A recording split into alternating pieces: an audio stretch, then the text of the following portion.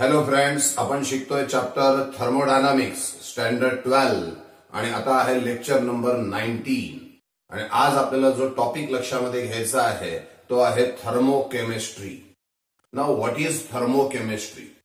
Thermochemistry is a branch of chemistry which deals with the quantitative interconversion between chemical energy and heat energy. म्हणजे थर्मोकेमिस्ट्रीचं असं म्हणणं आहे की chemical energy is quantitatively converted into heat energy and heat energy is quantitatively converted into chemical energy. म्हणजे जेवढी chemical energy वापरल्या जाईल तेवढीच हीट एनर्जी निर्माण होईल किंवा जेवढी हीट एनर्जी युटिलाइज होईल तेवढीच केमिकल एनर्जी निर्माण झाल्याचं दिसून येतं. म्हणजेच यांच्यामध्ये केमिकल एनर्जी आणि हीट एनर्जी मध्ये क्वांटिटेटिव्ह इंटरकन्व्हर्शन असतं. जेवढी एक एनर्जी डिसअपियर होईल तेवढीच दुसरी एनर्जी रिअपियर होते. हे आपल्याला थर्मोकेमिस्ट्री सांगत असतं. मग काय डेफिनेशन आहे थर्मोकेमिस्ट्रीची? It is the branch of chemistry which deals with the quantitative interconversion between the thermal energy and that of the chemical energy. Thermal energy म्हणजेच हीट एनर्जी. काय म्हटलं आपण?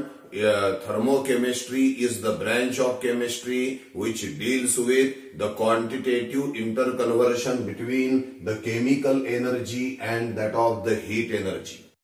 आता यामध्ये काही कन्सेप्ट आपल्याला लक्षामध्ये घ्यायचे आहे. पहिली कन्सेप्ट आहे enthalpy of a chemical reaction, ज्याला एन्थाल्पी चेंज किंवा हीट ऑफ रिएक्शन म्हणजे डेल्टा एच असं म्हटलं जातं. म्हणजे एखादी रिएक्शन जेव्हा होते, when reactant is converted into product, त्या दरम्यान जो एन्थाल्पी चेंज होतो त्याला म्हटलं जातं enthalpy of a chemical reaction. काय डेफिनेशन दिली आहे बघा. It is the enthalpy change during the reaction when the reactant is converted into product at a given condition of temperature, pressure and physical state. म्हणजे एखाद्या रिएक्टंटचं conversion जेव्हा product मध्ये होतं या दरम्यान जो काही एन्थाल्पी चेंज होतो त्याला म्हटलं जातं enthalpy of a chemical reaction. Let us consider the example. Nitrogen आणि हायड्रोजन हे दोन रिएक्टंट आहे. यांच्यामध्ये रिएक्शन होते आणि आपल्याला प्रॉडक्ट मिळतो अमोनिया. मग हे कन्व्हर्शन होताना जो काही एन्थाल्पी चेंज झालेला आहे त्यालाच म्हटलं जातं enthalpy of a chemical reaction. Mathematically जर का enthalpy of a chemical reaction काढायची असेल तर हा फॉर्म्युला वापरला जातो. काय आहे formula? Enthalpy of a chemical reaction that is enthalpy change is the difference between the total enthalpy of product and total enthalpy of reactant at a given condition of temperature, pressure and physical state. काय सांगतोय definition लक्ष द्या. या ठिकाणी हा जो mathematical formula आहे याला वाक्यामध्ये कन्व्हर्ट करायचा आपण. डेल्टा एच म्हणजे काय? तर enthalpy of a chemical reaction is the difference between कोणामधला? total enthalpy of product and total enthalpy of reactant at a given condition of temperature, pressure and standard physical state. This is the another definition for enthalpy of a chemical reaction. म्हणजे enthalpy of a chemical reaction च्या दोन definitions आपल्याकडे आहेत. पहिली ही की it is the enthalpy change during the chemical reaction when reactant is converted into product at a given condition of temperature, pressure and standard physical state. आणि दुसरी एक definition enthalpy of a chemical reaction is the difference between the total enthalpies of product and total enthalpies of reactant at a given condition of temperature, pressure and standard physical state. For example, nitrogen when reacts with a hydrogen gives ammonia. Here the enthalpy change is म्हणजे enthalpy of a chemical reaction is -100 kilojoule at 298 Kelvin. याचा अर्थ काय? ज्या वेळेला nitrogen आणि hydrogen एकमेकांसोबत react होतात आणि अमोनिया तयार होतो त्यावेळेला 100 किलोजूल एवढी एनर्जी रिलीज होते, एवढी एनर्जी बाहेर पडते. म्हणजे ही एक्झोथर्मिक रिएक्शन आहे. Here heat is evolve, here heat is release. बरोबर. आता याला या डेफिनेशन नुसार कसं बसवणार? तर delta H is equals to total enthalpies of product minus total enthalpies of reactant. आता टोटल एन्थाल्पीज ऑफ प्रॉडक्ट कोण आहे तर 2 मॉलिक्युल्स ऑफ अमोनिया म्हणजे 2 इंटू एन्थाल्पी ऑफ प्रॉडक्ट म्हणजे अमोनिया मायनस आता रिएक्टंट कोण आहे तर 1 मॉलिक्यूल अमोनियाचा आहे 3 मॉलिक्यूल हायड्रोजनचे आहे म्हणजे एन्थाल्पी ऑफ नायट्रोजन आणि 3 इंटू एन्थाल्पी ऑफ हायड्रोजन. बघा काय सांगता येईल delta H is equals to twice of enthalpy of ammonia minus enthalpy of nitrogen plus thrice of enthalpy of hydrogen. या पद्धतीने फॉर्म्युला आपल्याला मिळेल twice of enthalpy of ammonia minus enthalpy of nitrogen plus thrice of enthalpy of hydrogen. Mathematically या पद्धतीने आपण enthalpy of a chemical reaction calculate करू शकतो. यावरती प्रॉब्लेम्स आपल्याला येत असतात त्याच्यामुळे हा फॉर्म्युला डोक्यामध्ये ठेवणं आवश्यक आहे की enthalpy of a chemical reaction is the difference between the total enthalpies of product and total enthalpies of reactant at a given condition of temperature pressure and standard physical state. आता ही आहे enthalpy of a chemical reaction. जर का ही enthalpy of a chemical reaction आपण विशिष्ट temperature प्रेशरला जर का आपण कॅल्क्युलेट केली तर त्याला आपण एक नवीन कन्सेप्ट देऊ शकतो. समजा if the enthalpy of a chemical reaction is calculated under standard state. आता स्टँडर्ड स्टेट म्हणजे काय तर प्रेशर आपण 1 बार एवढं घेतलं. 1 बार म्हणजे जवळपास 0.987 ऍटमॉस्फिअर म्हणजे नियरली 1 ऍटमॉस्फिअर.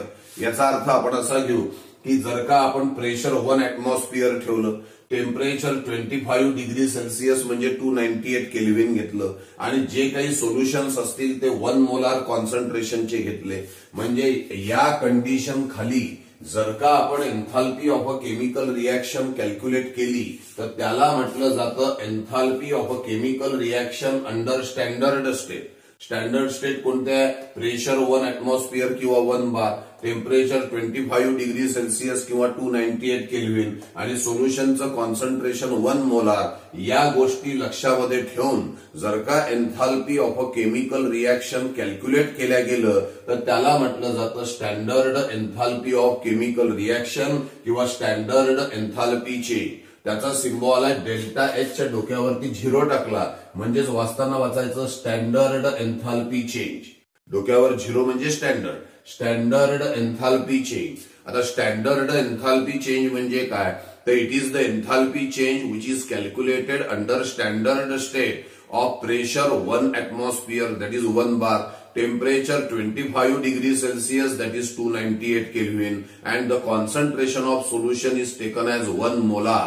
बघा डेफिनेशन काय what is standard enthalpy change. It is the enthalpy change in the reaction when the all substance are in their standard state, that is at a pressure of 1 bar or 1 atmosphere, temperature of 25 degrees Celsius that is 298 Kelvin and the solutions are taken at a 1 molar concentration, then that is called as standard enthalpy change. Let us consider the example. C solid plus O2 gas gives CO2 gas. Here the standard enthalpy change is minus 395 kilojoule. That is, it is the enthalpy change which is calculated under the standard state of 1 atmosphere, temperature of 298 Kelvin, and if the solutions are there, then their concentration is 1 molar. ज्या वेळेला enthalpy change हा आपण standard state खाली मोजतो 1 atmospheric pressure 298 kelvin temperature 1 molar concentration या situations ठेवून ज्या वेळेला एन्थाल्पी चेंज हा मोजल्या जाईल त्याला म्हटलं जाईल स्टँडर्ड एन्थाल्पी चेंज. आतापर्यंत आपण 3 कन्सेप्ट बघितल्या. पहिली कन्सेप्ट होती थर्मोकेमिस्ट्री ज्यामध्ये quantitative interconversion between chemical energy and heat energy होतं. दुसरं होतं enthalpy of a chemical reaction म्हणजे केमिकल रिएक्शनच्या दरम्यान जो एन्थाल्पी चेंज होतो त्याला enthalpy of a chemical reaction म्हणतात. आणि standard enthalpy of chemical reaction म्हणजेच enthalpy change during the chemical reaction under the standard state of pressure 1 atmosphere, temperature 298 Kelvin, solution of 1 molar concentration. लक्षात येत आहे. Now about the exothermic reaction. Now what is the exothermic reaction? It is the chemical reaction in which heat is evolved or heat is liberated. For example, आपण नायट्रोजनची hydrogen सोबत आत्ताच reaction बघितली होती आणि अमोनिया आपण तयार केला होता. या दरम्यान जो एन्थाल्पी चेंज आहे तो -100 किलो जूल आहे. याचा अर्थ काय? नायट्रोजन आणि हायड्रोजन या दोघांमध्ये रिएक्शन होऊन अमोनिया तयार होत असताना हीट इव्हॉल्व होते, हीट लिबरेट होते, हीट बाहेर पडते. म्हणजेच ही जी रिएक्शन आहे ही एक्झोथर्मिक रिएक्शन आहे. आता ही जी रिएक्शन आहे यामध्ये एनर्जी बाहेर पडते. म्हणजेच याचा अर्थ एनर्जी ऑफ रिएक्टंट ही कमी होते आणि मग आपल्याला प्रॉडक्ट मिळत असतो. याचा अर्थ काय की energy of product is less than energy of reactant. कारण काय झालं, हा समजा नायट्रोजन आणि हायड्रोजन आहे, त्याचं कन्व्हर्शन अमोनियामध्ये झालं. या दरम्यान एनर्जी बाहेर पडलेली आहे. याचाच अर्थ अमोनियाची म्हणजे प्रॉडक्टची एनर्जी ही रिएक्टंट पेक्षा कमी असली पाहिजे. आणि म्हणून आपण म्हटलं की एनर्जी ऑफ प्रॉडक्ट म्हणजेच enthalpy of product is less than enthalpy of reactant. आता या ठिकाणी एन्थाल्पी चेंज किंवा एन्थाल्पी ऑफ अ केमिकल रिएक्शनचा फॉर्म्युला काय, तर it is the difference between total enthalpy of product and total enthalpy of reactant. या दोघांमधला डिफरन्स म्हणजेच enthalpy of a chemical reaction असतं.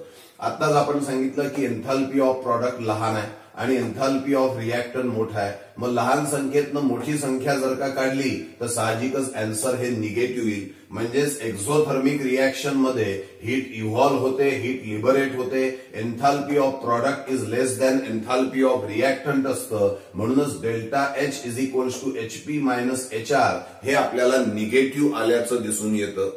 या दरम्यान जर का प्रॉडक्टची एन्थाल्पी ही रिएक्टंटच्या एन्थाल्पीपेक्षा कमी आहे तर ज्याची एनर्जी कमी त्याची स्टॅबिलिटी जास्त असते. मग प्रॉडक्टची एनर्जी कमी आहे म्हणजे प्रॉडक्टची स्टॅबिलिटी जास्त असेल. कोणापेक्षा? रिएक्टंटपेक्षा.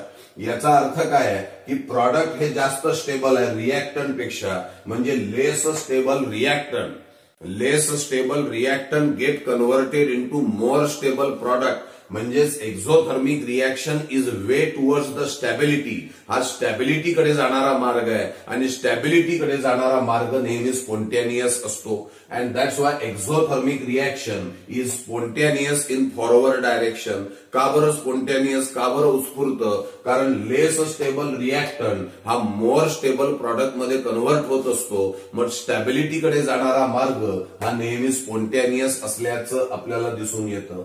एक्झोथर्मिक रिएक्शनच्या दरम्यान temperature of the system increase झाल्याचं दिसतं. कारण हीट इज इव्हॉल्व आहे आणि त्यामुळे temperature of the system increases here. हा महत्वाचा मुद्दा आहे की temperature of the system increases during the exothermic reaction. आता या एक्झोथर्मिक रिएक्शन करता जर का आपण पोटेन्शियल एनर्जी कर्व काढला. आता पोटेन्शियल एनर्जी कर्व म्हणजे काय, तर it is the graph which is plotted between rate of reaction and potential energy. या दोघांमध्ये ग्राफ आपल्याला प्लॉट करायचा आहे.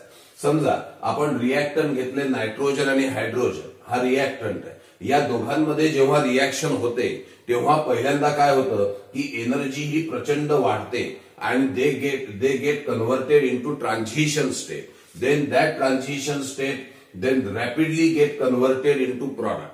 म्हणजे ही जी रिएक्शन आहे ही या ग्राफच्या माध्यमातून पूर्ण झाल्याचं दिसते. या दोघांमध्ये जेव्हा रिएक्शन होते तेव्हा एनर्जी वाढते.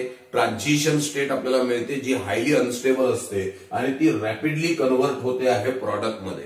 या ग्राफकडे जर का तुम्ही बघितलं तर हा इथे रिएक्टंट आहे, इथे प्रॉडक्ट आहे. म्हणजे प्रॉडक्टची एनर्जी कमी आहे कोणापेक्षा? रिएक्टंटपेक्षा. मग या दोघांमधला जो डिफरन्स आहे, the difference between enthalpy of product and enthalpy of reactant साहजिकच निगेटिव्ह असणार आहे. कारण enthalpy of product is less than enthalpy of reactant. एक गोष्ट अजून लक्ष द्या, इथे reactant get converted into transition state. या स्टेजला ऍक्टिव्हेटेड कॉम्प्लेक्स तयार होत असतं.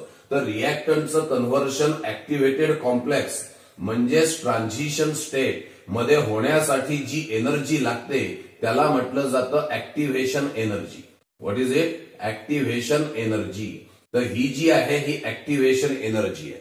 आणि ऍक्टिव्हेटेड कॉम्प्लेक्सचं कन्व्हर्शन हे प्रॉडक्ट मध्ये जेव्हा होतं यासाठी जी एनर्जी डिफरन्स असतो त्याला म्हटलं जातं डीऍक्टिव्हेशन एनर्जी. लक्ष द्या, ऍक्टिव्हेशन एनर्जी आणि डीऍक्टिव्हेशन एनर्जी काय. ऍक्टिव्हेशन एनर्जी म्हणजे रिएक्टंटचं कन्व्हर्शन ऍक्टिव्हेटेड कॉम्प्लेक्समध्ये, ती ऍक्टिव्हेशन एनर्जी इथून इथपर्यंत आहे. आणि डीऍक्टिव्हेशन एनर्जी म्हणजे काय, त्या ऍक्टिव्हेटेड कॉम्प्लेक्सचं रूपांतर प्रॉडक्टमध्ये होणे ही झाली डीऍक्टिव्हेशन एनर्जी. आता एवढा भाग आहे, एवढी हाईट आहे ऍक्टिव्हेशनची, एवढी हाईट आहे डीऍक्टिव्हेशनची, तर सरळ सरळ तुम्हाला दिसतंय की deactivation energy is greater than activation energy. यातले काही मुद्दे एमसीक्यू साठी येऊ शकतात. इन एक्झोथर्मिक रिएक्शन आणि ऑप्शन देतील, तुम्हाला योग्य ऑप्शन सिलेक्ट करावं लागेल. काय काय सांगितलं एक्झोथर्मिक रिएक्शन मध्ये. एक्झोथर्मिक, एक्झो म्हणजे बाहेर पडणे, ज्या रिएक्शन मध्ये हीट बाहेर पडते, एनर्जी बाहेर पडते, त्याला एक्झोथर्मिक रिएक्शन असं म्हणतात. Here the heat is evolve, that is heat is liberated. Here the enthalpy of product is less than enthalpy of reactant. Delta H is equals to enthalpy of product minus enthalpy of reactant is negative. कारण लहान संख्येतनं मोठी संख्या आपण वजा करतोय. जर का प्रॉडक्टची एनर्जी कमी आहे म्हणजेच products are more stable than reactant आहे. आणि जर का प्रॉडक्ट हे मोर स्टेबल आहे आणि रिएक्टंट हे लेस स्टेबल आहे तर ही रिएक्शन म्हणजे वे टुवर्ड्स द स्टॅबिलिटी आहे. आणि त्यामुळे way towards the stability is spontaneous in forward direction. आता सांगितलं आपण deactivation energy is greater than activation energy. आणि महत्वाचा मुद्दा, in exothermic reaction the temperature of the system increases. This is about the exothermic reaction. आता याच्या उलट आहे एंडोथर्मिक रिएक्शन. एक्झोथर्मिक रिएक्शन मध्ये हीट लिबरेट होत असते तर एंडोथर्मिक रिएक्शन मध्ये हीट ऍब्सॉर्ब होते. म्हणजे reactant absorb heat and get converted into product. मग जर का रिएक्टंट हीटला ऍब्सॉर्ब करून प्रॉडक्ट मध्ये कन्व्हर्ट होणार आहे तर साहजिकच enthalpy of product is greater than enthalpy of reactant. इकडे काय होतं, एन्थाल्पी ऑफ प्रॉडक्ट कमी होता रिएक्टंट पेक्षा. इथे enthalpy of product is greater than enthalpy of reactant. ही मोठी संख्या आहे, ही लहान संख्या आहे. मग आता delta H is the difference between HP minus H R. मोठ्या संख्येतनं लहान संख्या जर का वजा केली तर आन्सर पॉझिटिव्ह येणार. म्हणजेच एंडोथर्मिक रिएक्शन मध्ये जो डेल्टा एच असतो तो पॉझिटिव्ह येतो. एक्झोथर्मिक मध्ये डेल्टा एच निगेटिव्ह आहे. एंडोथर्मिक मध्ये डेल्टा एच हा पॉझिटिव्ह आल्याचं आपल्याला दिसून येतं. आता एक गोष्ट बघा, या ठिकाणी आपण सांगितलंय की enthalpy of product is greater than enthalpy of reactant. म्हणजे प्रॉडक्टची एनर्जी जास्त आहे, रिएक्टंटची कमी आहे. मग रिएक्टंटची एनर्जी कमी आहे तर रिएक्टंट स्टेबल आहे आणि प्रॉडक्टची एनर्जी जास्त आहे म्हणजे प्रॉडक्ट लेस स्टेबल आहे. म्हणजे more stable reactant get converted into less stable product. म्हणजे वे टुवर्ड्स अनस्टॅबिलिटी दिसतंय, हे स्वतःहून होणार नाही. कोणतीच गोष्ट स्वतःहून स्टेबलचं अनस्टेबलकडे किंवा लेस स्टेबलकडे जात नसते, ती घडवून आणावी लागते. याचा अर्थ फॉरवर्ड डायरेक्शन मध्ये ही नॉन स्पॉन्टेनियस आहे, म्हणजेच बॅकवर्ड डायरेक्शन मध्ये ती रिएक्शन स्पॉन्टेनियस असेल. म्हणून एंडोथर्मिक रिएक्शनच्या बाबतीत म्हणतात it is non spontaneous in forward direction, that is spontaneous in backward direction. हे एनर्जीशी संबंधित आहे बघा. ज्याची एनर्जी कमी त्याची स्टॅबिलिटी जास्त. या ठिकाणी रिएक्टंटची एनर्जी कमी आहे म्हणजे रिएक्टंटची स्टॅबिलिटी जास्त आहे. प्रॉडक्टची एनर्जी जास्त आहे म्हणजे त्याची स्टॅबिलिटी कमी आहे. म्हणजे more stable reactant get converted into less stable product. याचा अर्थ वे टुवर्ड्स लेस स्टॅबिलिटी आहे. हा स्वतःहून होणार नाही, याला घडवून आणावा लागेल. म्हणजे फॉरवर्ड डायरेक्शन मध्ये एंडोथर्मिक रिएक्शन ही नॉन स्पॉन्टेनियस असते, जी बॅकवर्ड डायरेक्शन मध्ये स्पॉन्टेनियस असल्याचं आपल्याला दिसून येतं. यामध्ये लक्ष द्या, याला आपण ऍक्टिव्हेशन एनर्जी म्हटलं होतं आता, की रिएक्टंटचं रूपांतर ऍक्टिव्हेटेड कॉम्प्लेक्स मध्ये होण्यासाठी जी एनर्जी असते त्याला ऍक्टिव्हेशन एनर्जी म्हणतात. आणि ऍक्टिव्हेशन एनर्जीचं प्रॉडक्ट मध्ये कन्व्हर्शन होण्यासाठी जी एनर्जी आहे ती डीऍक्टिव्हेशन एनर्जी आहे.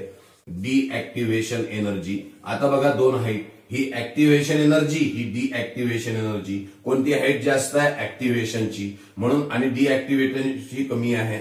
म्हणजेच deactivation energy is less than activation energy, जे आपण इथे दिलेलं आहे.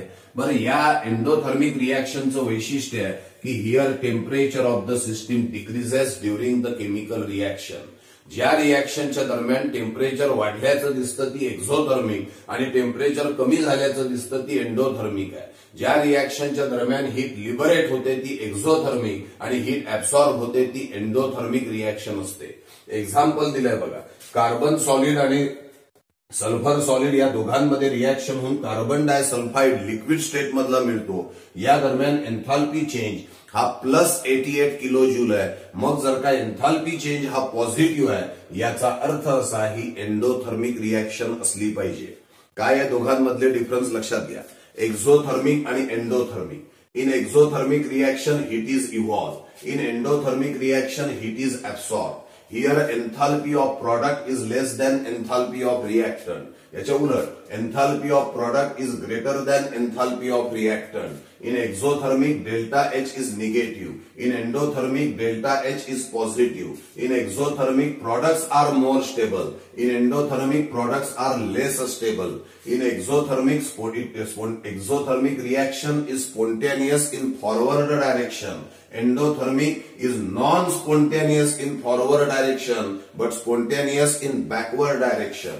In exothermic reaction, deactivation energy is greater than activation energy, while in endothermic, activation energy is greater than deactivation energy. In exothermic reaction, temperature of the system increases. In endothermic reaction, temperature of the system decreases. नायट्रोजनची hydrogen सोबत reaction होऊन ammonia मिळणे या दरम्यान delta H -100 kilo joule आहे, म्हणजे ही exothermic reaction आहे. आणि कार्बन सल्फर पासून कार्बन डायसल्फाइड मिळताना डेल्टा H हा +88 किलो जूल आहे, म्हणजे ही एंडोथर्मिक रिॲक्शन आहे. तर this is the difference between exothermic and endothermic reaction.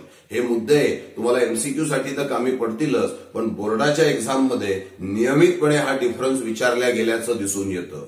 या दोघांचेही काही ऍडिशनल एक्झाम्पल आपल्याला अजून बघायचे आहेत. बघा, काही एक्झाम्पल्स आपण एक्झोथर्मिक आणि एंडोथर्मिकचे दिलेले आहे. आपण सांगितलं की एक्झोथर्मिक मध्ये हीट लिबरेट होते, डेल्टा H निगेटिव्ह असतो.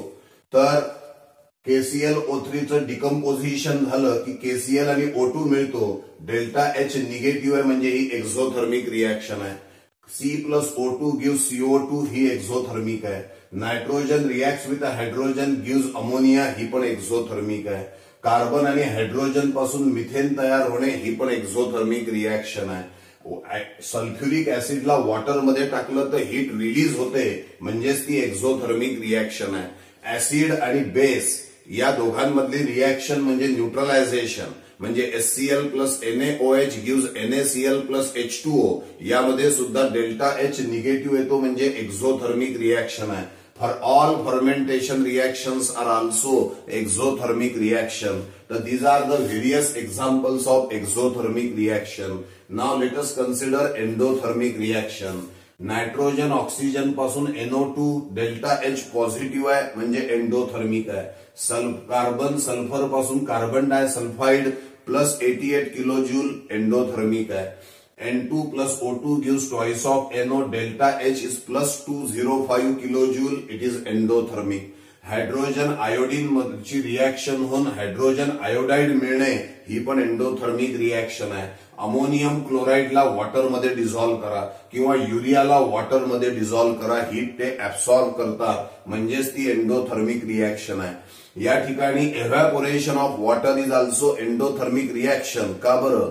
कारण during the evaporation of water absorb heat and it get converted into vapour. Water हीटला ऍब्सॉर्ब करतं आणि मग व्हेपरमध्ये कन्व्हर्ट होतं, म्हणजेच एव्हॅपोरेशन ऑफ वॉटर जे आहे हे एंडोथर्मिक रिॲक्शन आहे. एक्झोथर्मिक रिॲक्शन लक्षात घेण्याचा सोपा मार्ग, if temperature of the system increases, मग ती एक्झोथर्मिक आहे. आणि temperature of the system decreases म्हणजे ती एंडोथर्मिक रिॲक्शन असल्याचं दिसतं. म्हणजे रिॲक्शन होताना त्यामध्ये थर्मामीटर टाकून ठेवा. जर का रिॲक्शन होताना टेम्परेचर वाढल्याचं दिसलं, समजून घ्या एक्झोथर्मिक आहे, कारण बाहेर पडणारी ही टेम्परेचर थर्मामीटर मधलं वाढवून देते. आणि एक्झोथर्मिक रिॲक्शन मध्ये टेम्परेचर रिॲक्शन होताना थर्मामीटर ठेवा. जर का रिॲक्शन होताना टेम्परेचर कमी झालं समजून घ्या की हीट ऍब्सॉर्ब झाली आणि युटिलाइज झालेली आहे टू कॅरी द रिॲक्शन. म्हणून temperature of the system decreases endothermic, temperature of the system increases exothermic. All this is about the exothermic and endothermic concept. समजलाय? थँक्यू.